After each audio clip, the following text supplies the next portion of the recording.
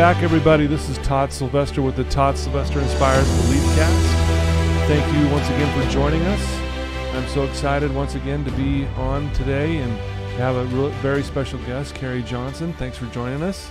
Thank you for having me. Yeah, again, we're bright and early here at Wasatch Recovery, and she was willing to come in early, so thank you for doing that. No problem. I want to thank our sponsor again, Veracity Networks. Thanks for believing in me. And again, all you listeners for just your support. It's been so wonderful. And, you know, with the guests we've had on before, you guys have shared it with so many people and commented.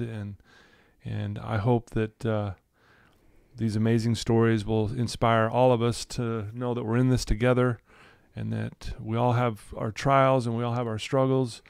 But when we can all connect through this, it truly is a blessing. So thank you so much for everything. Carrie Johnson, she has a blog. And what's the title of your blog again? Joy Cometh in the Morning. And morning is spelled Mourning. Yes, thank you. And that's where she talks about how without pain there is no joy. And she's been through a lot. And she's married. She has a daughter who also just got married. Mm-hmm. You know, when she was younger, she had lost her brother. She's been through severe depression. She was in a very serious car accident about 4 years ago, which she'll talk about here in a minute. She just wants to make the world a better place. She has a big heart, and she just wants to make an impact. And that's one of the main reasons why I wanted you on this Belief Cast as well, because, you know, you do have a really kind of heart-wrenching story, but your attitude and your strength in moving forward is very inspiring. Thank you. You bet. So thanks for being here this morning. Thank you. Okay, so why don't you tell us a little bit about where you grew up and a little bit about your family? Oh, I love my family. Mm-hmm. I grew up in South Jordan, Utah, and I have such good memories of growing up. I just always thought we were the funniest family. Uh-huh. I loved being with my family. Now I know the Cosby Show has kind of negative connotations nowadays, but I just would sit around the dinner table and think, we should be filmed, like when I was just little, because that's kind of and I need to apologize because I'm not getting a word to come out of my mouth right now because I have a traumatic brain injury. Sometimes my thoughts don't connect to my mouth. Right. But I just always thought, we are so funny. We need to be filmed because we just were comical. Right. And I just thought we were so entertaining. So I just loved being with my family. Right. So how many siblings did you have? I have 4 siblings. 4 siblings. And that includes my brother that passed away. Okay. And where did you fall in the pecking order? I'm the baby. You're the baby. Okay. Yes. How'd you like being the baby? I loved it. I mean, and I'm sure most babies say that. Right. But I was treated really well. Yeah. The other kids break in the parents, right? And usually the baby's like, okay, I got the more relaxed, more refined parent. I did. Right? I for sure did. I'm sure they will all tell you I was spoiled. But yeah. Yeah. So growing up, you know, you had lost your brother Matt, correct? Brad, excuse me. His best friend was Matt. So okay. Yeah, that's fine. At least we put that there. Yeah. So Brad passed away. Can you kind of describe that and kind of what you went through as a family? Yeah. So he was serving a mission for our church, the Church of Jesus Christ of Latter-day Saints. And he had been out about 4 months, and he was in Italy. And we got a call one day that he had leukemia, and he had less than a 5% chance to live. So they discovered that on his mission. Yeah. Oh, wow. Yeah, and it was acute leukemia, so he had just got it, and he thought he had chicken pox.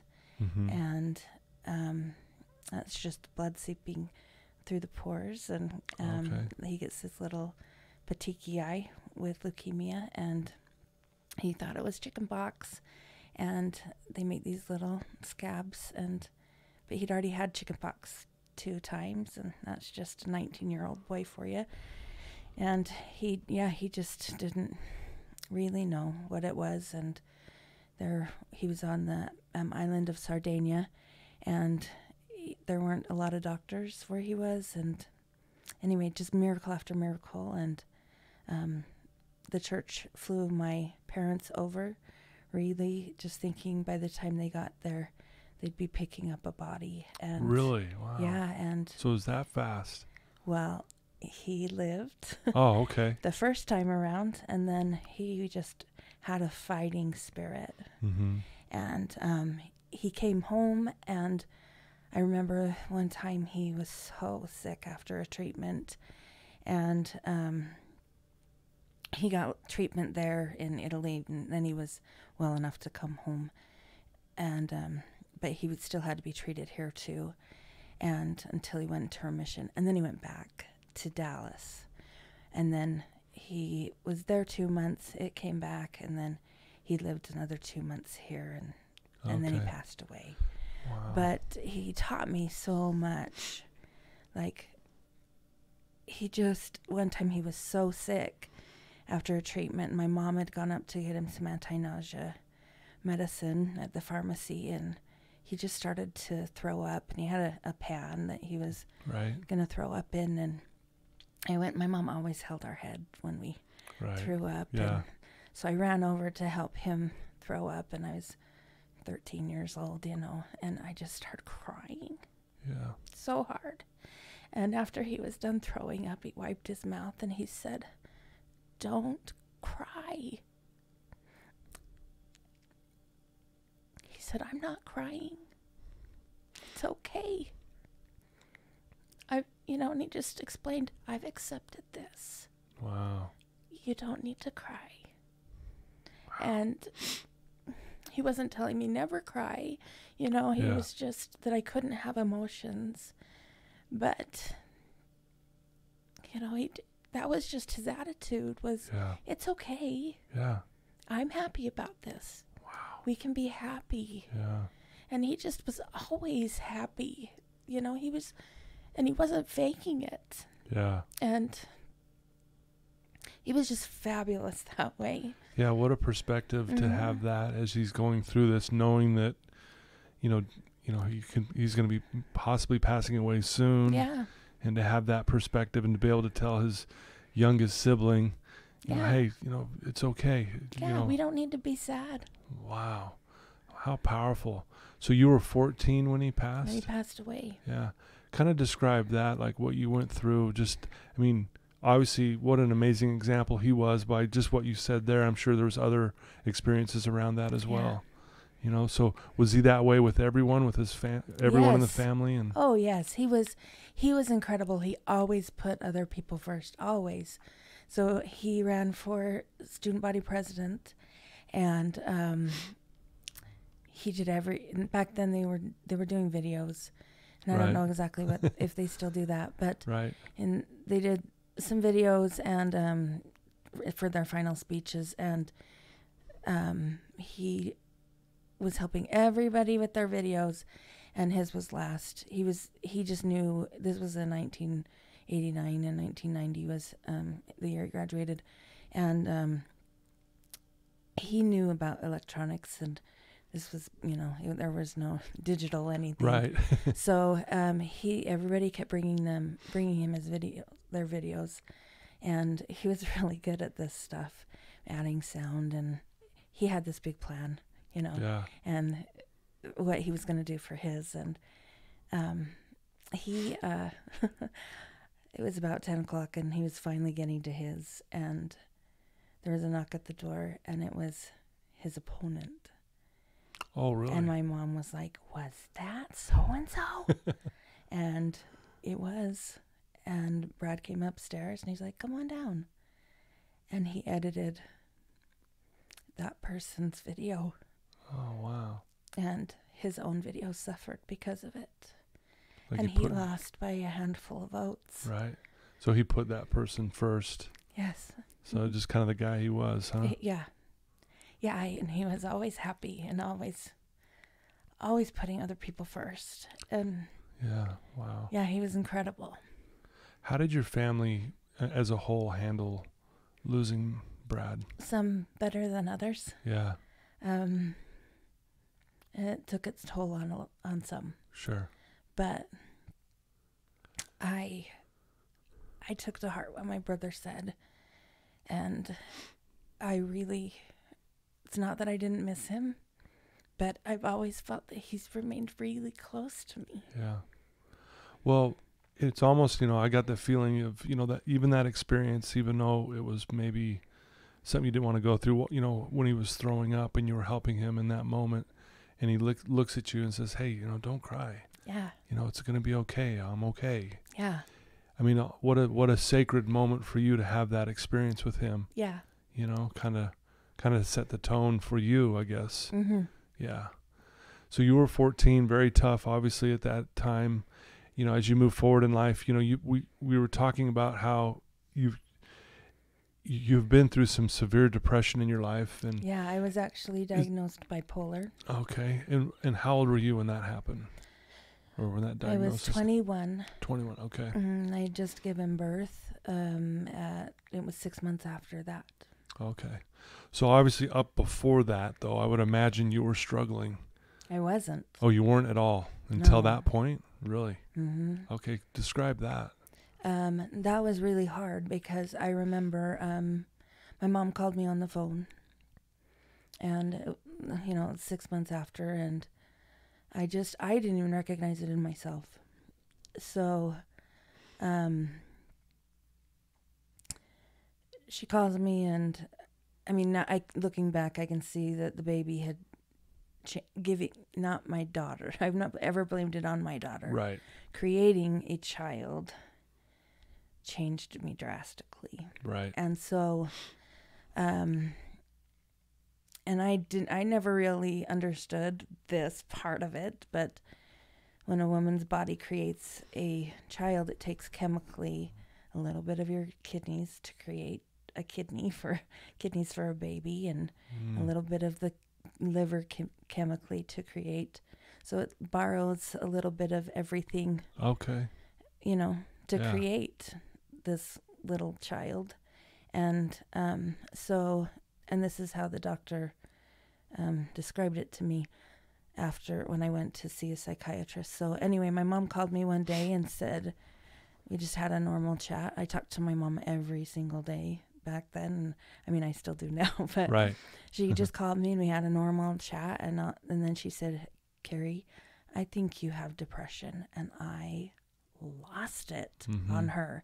And I even said, I don't think I do. Like, right. I was like, I was the one who handled Brad's, death. I was the one who did this. I am strong. I am a strong person. I don't have depression. And I hung up the phone back when you could hang up a phone, right, yeah. slammed it down on a receiver. And I was like, I am fine. And then my husband came home from work and I was like, can you believe? And he's like, look at our house. Like, he started pointing out the evidence of what I used to be compared to now at that time. And yeah, it was a disaster. And he's like, you're sleeping all the time. And I'm like, I'm sleeping when the baby sleeps. It's just. Yeah. So just really on edge, just not being the normal Carrie that people had noticed before. And no. And right. There were times I could chemically feel it. Like it was such a switch of being so happy and then just falling to so sad. And so we went to see a doctor, and I went in by myself. I'd handed off the baby to my mom and my husband, and he asked me a series of questions, and he diagnosed me as bipolar after all these questions, and also with PTSD because of a relationship I had with anyway, well, that's all I'll say. Okay. And who knows who's listening. And a very hurtful relationship, and then a relationship outside of your marriage. Yes. Okay. Yes. Right. And you don't have to go into, obviously we're not here to expose anything or whatever, but But obviously, whatever that was, Yes. very, very trying and difficult that what you went through. Mm-hmm. Yeah. Yep. And it was former. It was no Right. longer in my life. Right. And anyway, I can't remember what I was saying. Okay, in the doctor's office. So, and now I have this cute little baby on my lap, and that's when he started to explain chemically, this is how you make a baby. And he said, I think you gave every ounce of serotonin to this baby. Mm-hmm. And he said, what a beautiful sacrifice. But if this is how your body reacts to making a baby, it's only going to get worse with every baby. Mm. Your body has a pattern. And he said, I would suggest you don't have any more. And I'm sitting here thinking, I'm going to multiply and replenish the earth by myself. Like, me, this was my family's, my husband and I's plan. Like we wanted a lot of children. Yeah. But how I felt, like I just knew when he said that was right. Right. Because I needed to be here for my daughter. Yeah. You could feel that was the right answer, even though you didn't want to hear that. No, like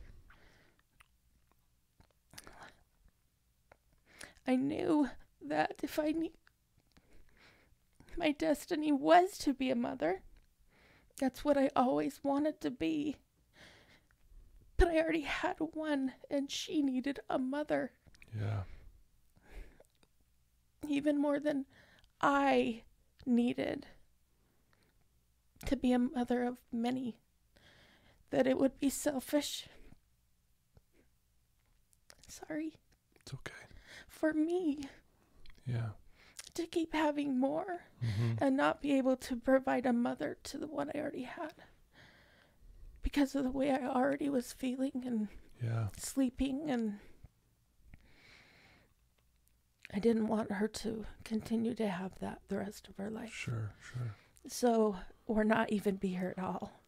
Because I was already having suicidal thoughts. And, now that my mom had made me realize how I really was thinking, and I was like, this is a problem.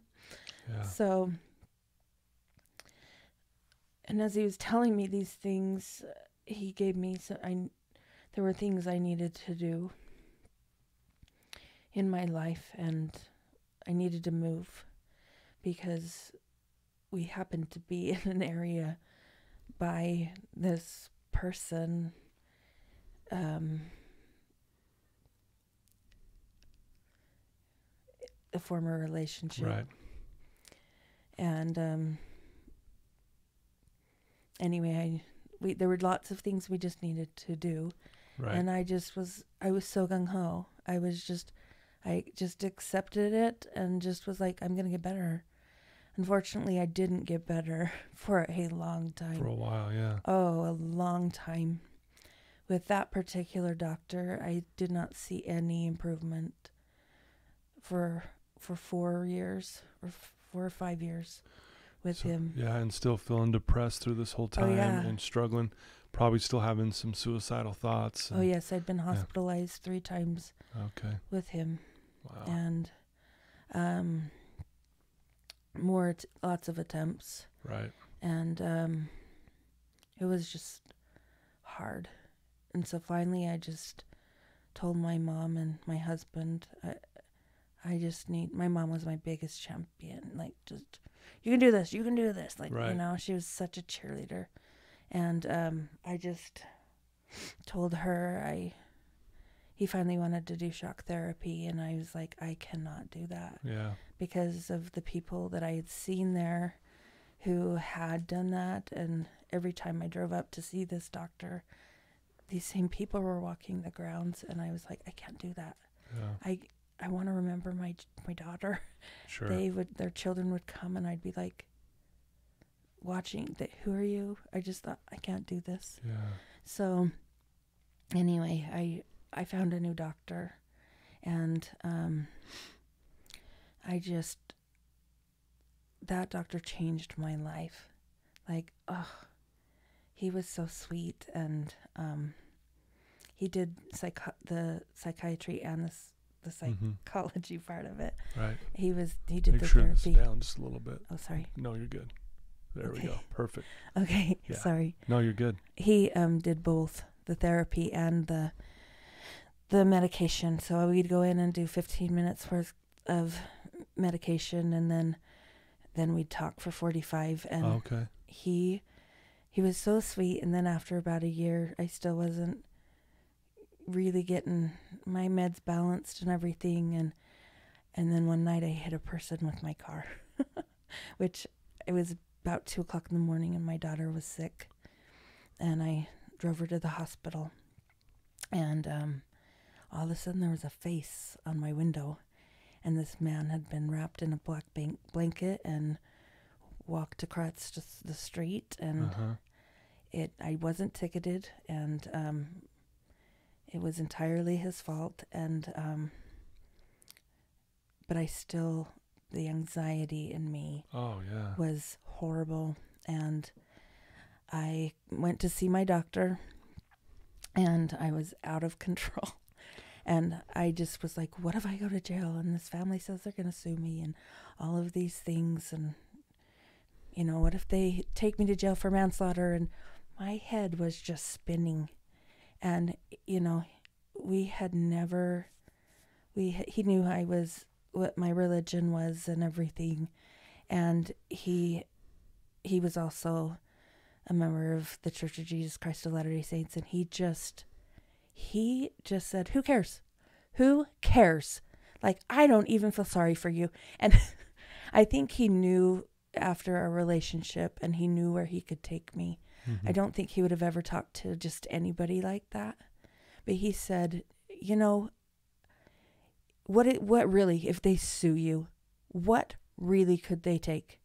And he knew where I lived, and right. and how old we were at that time. And he said, oh, what does your house cost? $135,000. And he goes, and do you really own it? And I'm like, yes, we own our house. Oh, really? Is it paid for, or do you pay the bank? And he goes, do you want to know how much my house is? And what is your car worth? Yeah. He goes, what? $500 to $1,000. And I was like, oh my gosh, yes. So he was just getting really real with you. Yeah. It's like, just let's be real about this. And then he said, and who really, if you really go to jail, or let's say you're in prison your whole life, do you think that really matters to God? You'll still make it. He knows it wasn't your fault. He'll still welcome you home. You're still fine. He's like, I'll see you next time. Go make your appointment for this many weeks, and I'll see you. And he just kind of shoved me out of his office. And I just left and got in my car crying, like, that didn't happen at all. And I just totally was, I don't know, that was the best thing he could have done for me.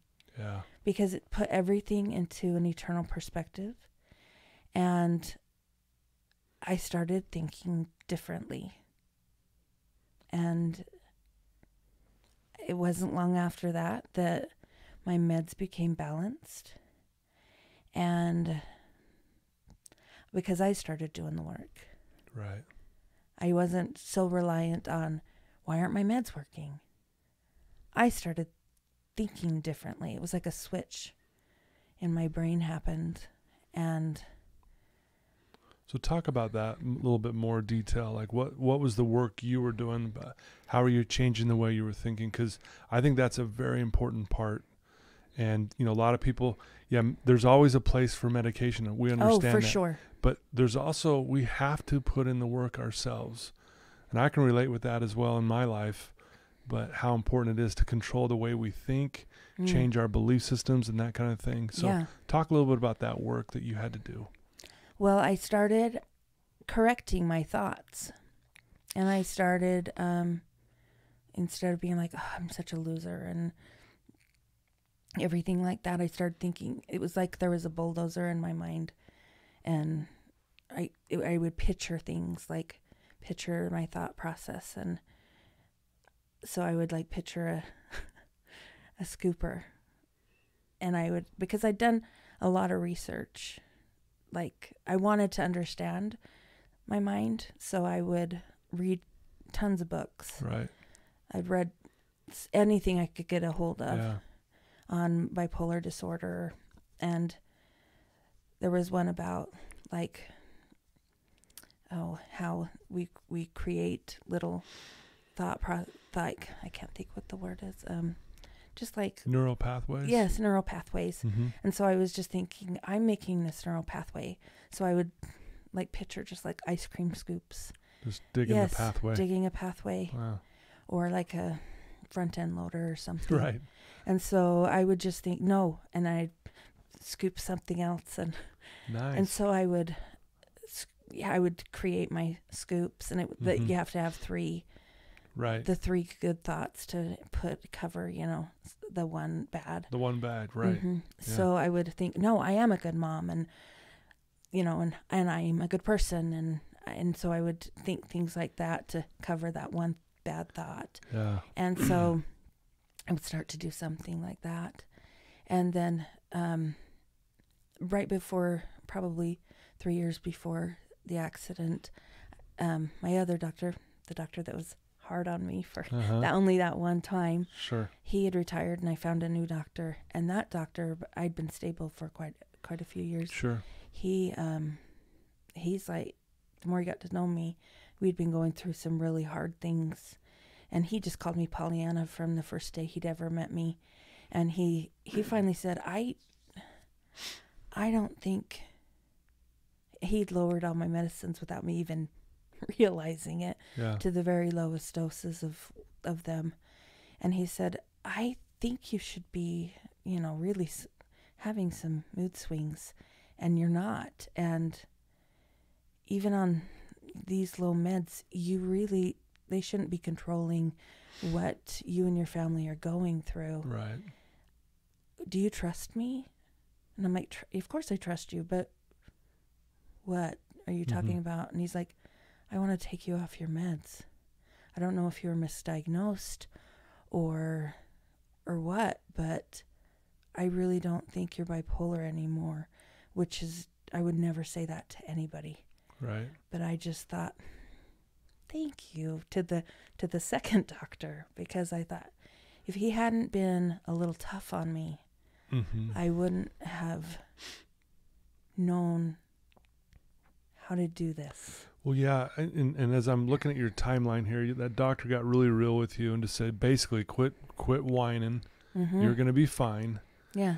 And then you started putting in this extra work. You were really working on the way you were thinking. And it was hard. Yeah, no, for sure. It's tough changing the way we think. Oh, yeah. But you put in that work to the point where now this new doctor's like noticing something like, wow, look at this changes. Look at how good you're doing.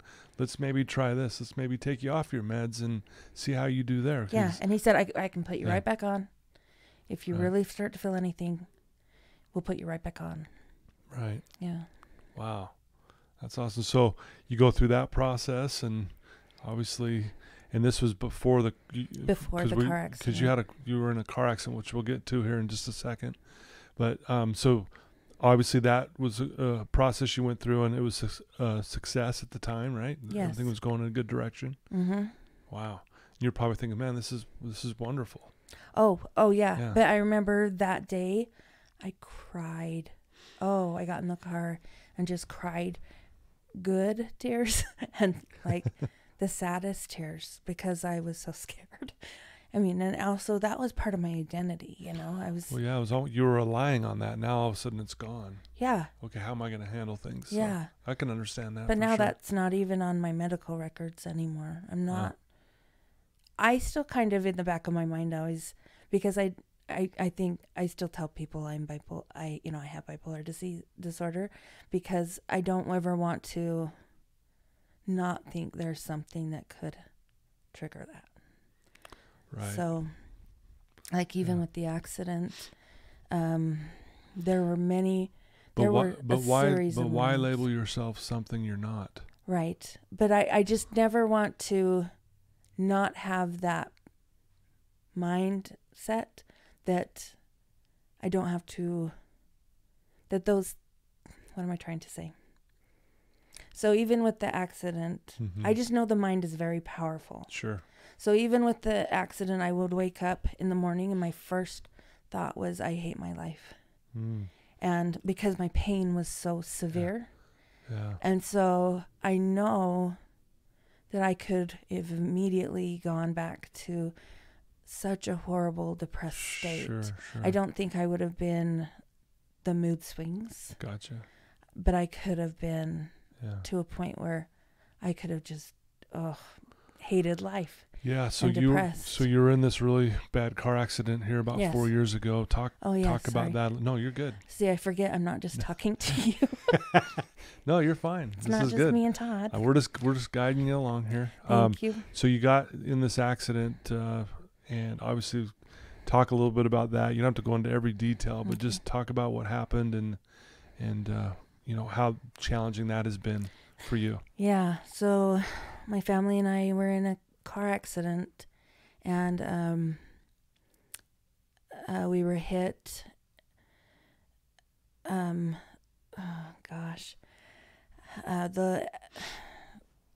We were on a 1-lane highway, and it was a divided highway,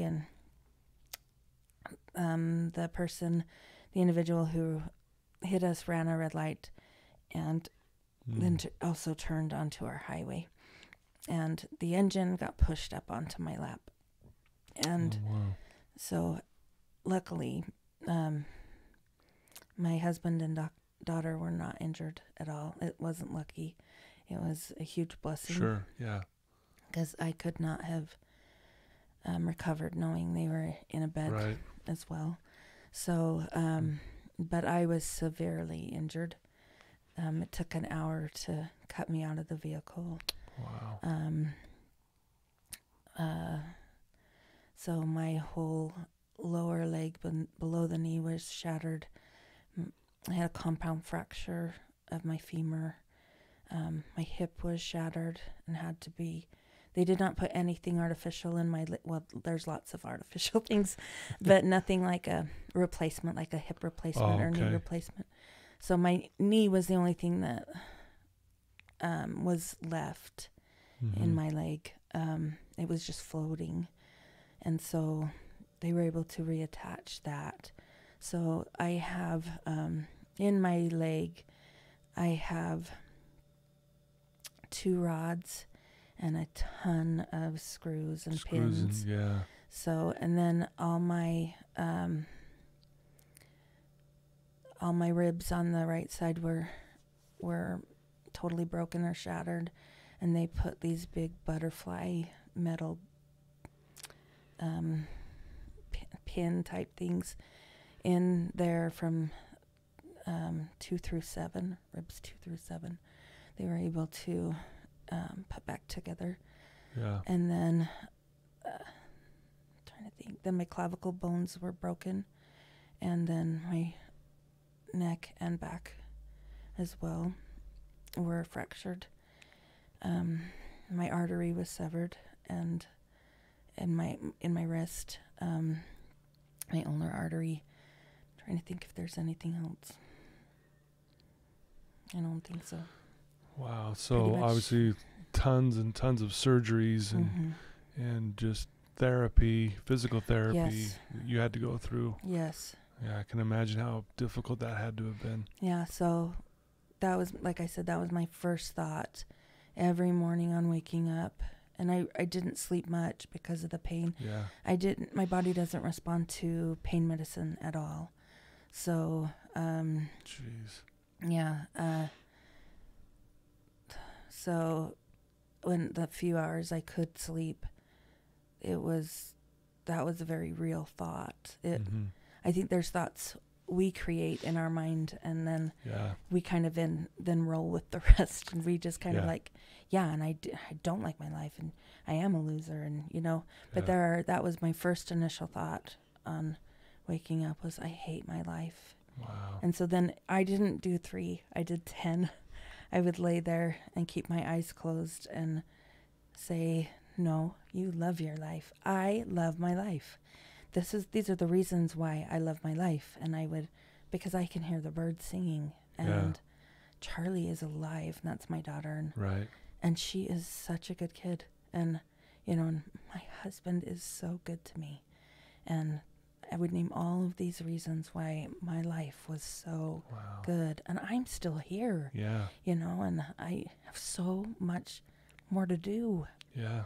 So I would just name 10, and this kept happening for months on end. That was Right. my first thought. Oh, I hate my life, just because of. But then you'd catch it and say, no, you know what? I don't hate my life. And then you go to Yeah. 10 things on top Yeah. of that, and Because just continue I did doing not want Oh. those new pathways in my brain. that. Wow. I love that. Because, part of what I teach my clients is overcoming that negative voice in their Yeah. head and how to replace it and how to, but it takes work. It does take work. And it almost seems like the work's not even working, so to speak. Like you're like, Mhm. oh, all I have to do is tell myself something good.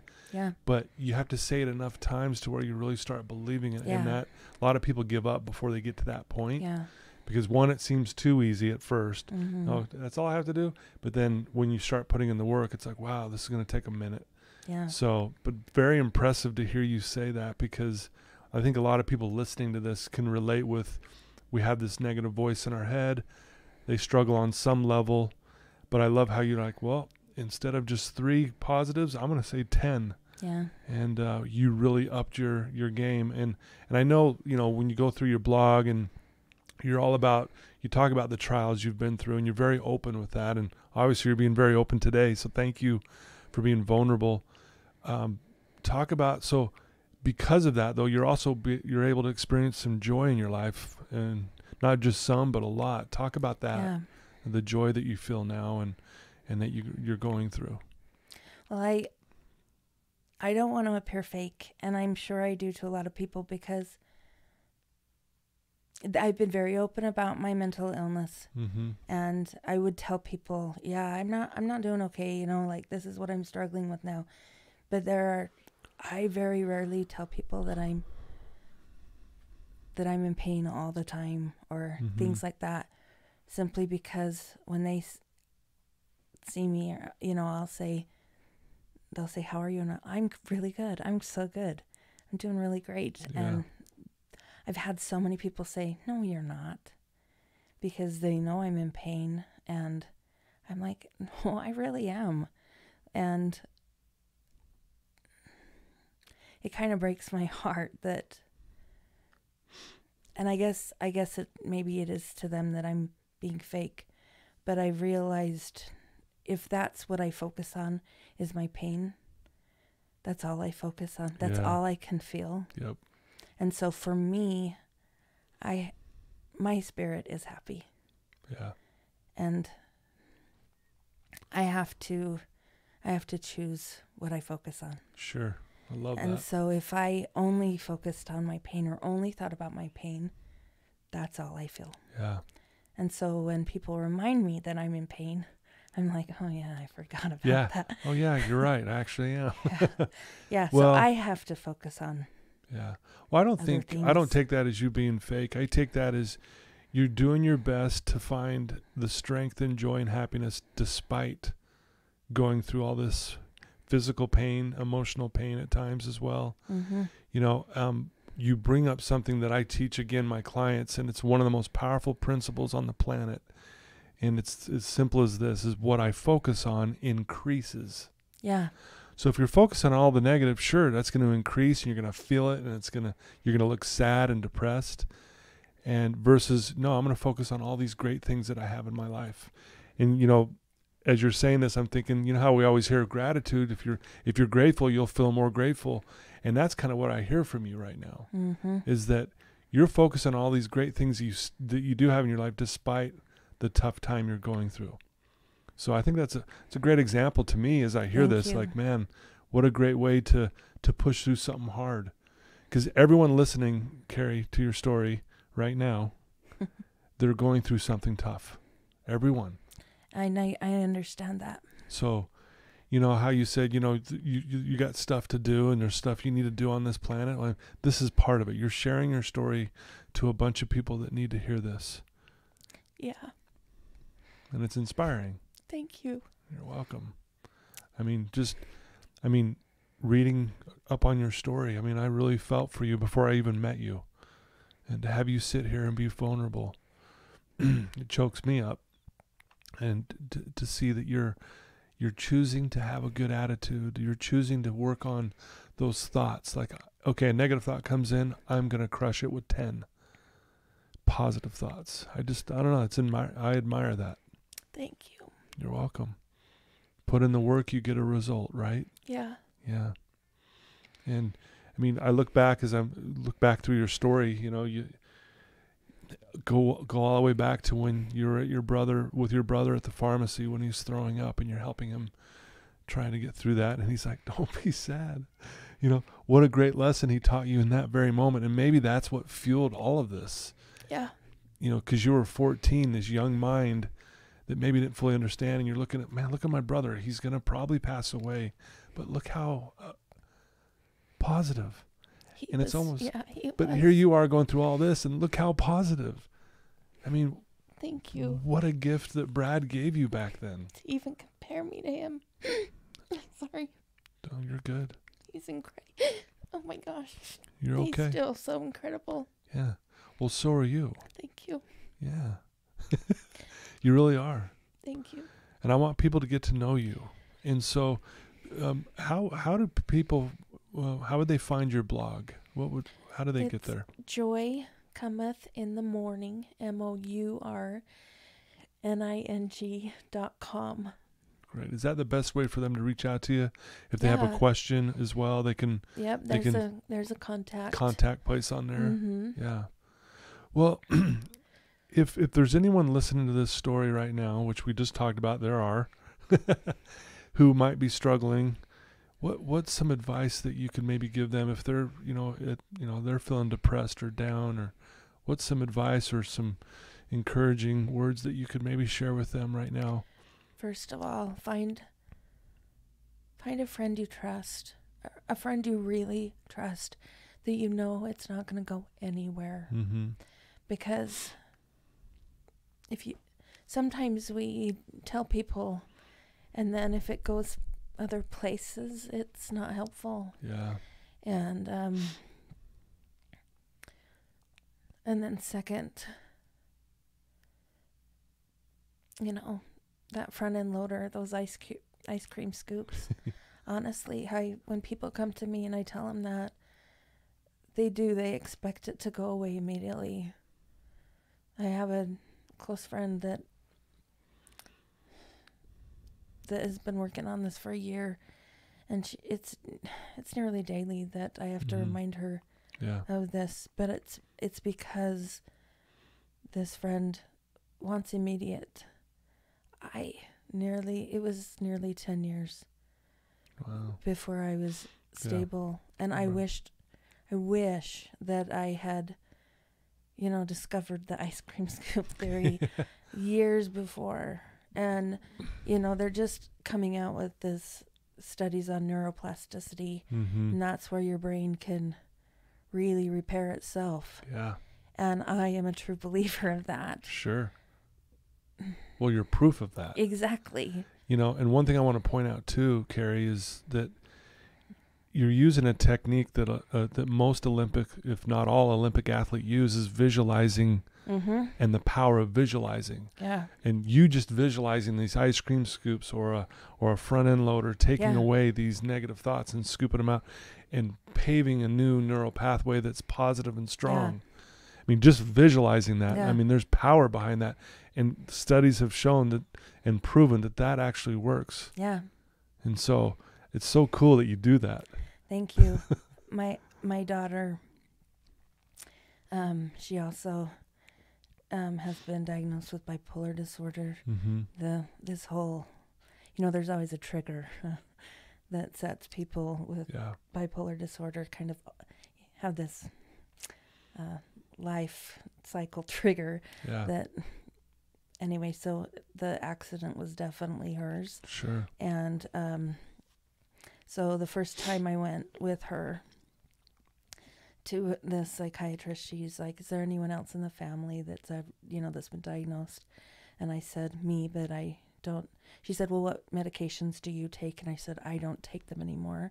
So she looks at me like, that is not a good example. Yeah, you shouldn't be doing that. Yeah, how do you expect your daughter? And I said, Yeah. well, you know, I'm not bipolar anymore. My doctor, you know, took that off my record, and she's just like, almost like that's unheard of. Yes, right? And she just said, she said something very snooty. Yeah. Like, that doesn't happen, and just kind of pretty much called me out, like, and I just wanted to say, and I told her what I did, and she said something like, well, whatever, like, that will never happen, and I just wanted to say, well, that's because you won't have a job. Yeah. So. Well, and what's funny is not when she says it will never happen, you're like going, well, here I am sitting here. Yes. It happened. Yes, and right? I was quiet. I just smiled at her. Yeah. But that's what I thought was like, Yeah. it just makes you worried because you won't have a job. Sure. So, but I just was like, well, Yeah. you work on my daughter and I'll work on my daughter. So Yeah. I'm, just know that, to the listeners, just know it's possible. Yeah. And there's TED Talks on neuroplasticity, and it's your living proof as well. Yeah. Thank you. And there's higher powers that can help you as well. For sure. So. Yeah. Very well said. Very well said. Well, Carrie, I can't thank you enough for being here. This went so fast. I'm just sitting here like, whoa, this is amazing. Thank you for being vulnerable and willing to come share your story today. Thank you. Getting here early, like we said. Thank you so much. And it's truly our honor to hear your story and to see and witness your example. And I really believe this is going to help a lot of people hearing your story. So thank you for taking the time. Can I share one more thought? Sure. So this is by T.D. Jakes. It says, if you decide that your trial is a funeral, then it will bury you. If you see it as an opportunity, then it will resurrect you. Whoa. Wow. Thank you. You're welcome. I'm glad you shared that. That's powerful. What a great way to end it. There you go, listeners. Thank you once again for joining us. I love all of you. Thanks for believing in me. And as you know, these guests are amazing. And so thank you for all the suggestions and everything. So to all of you, thank you. And until next time.